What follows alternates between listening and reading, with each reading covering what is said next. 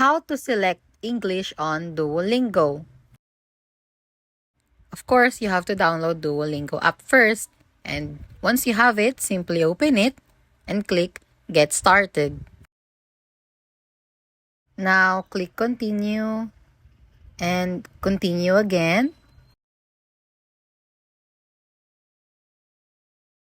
Now you will see this page. This is where you can choose the language that you want for Duolingo. As you can see, there is a wide variety of languages that you can choose. And it is also written in different languages for people to understand it.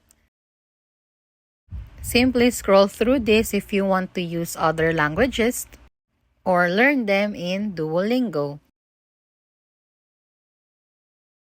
But for now, let's choose English first and then click Continue.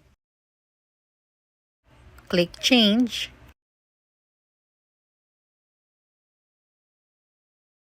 And that's it. Thanks for watching. Don't forget to like and subscribe.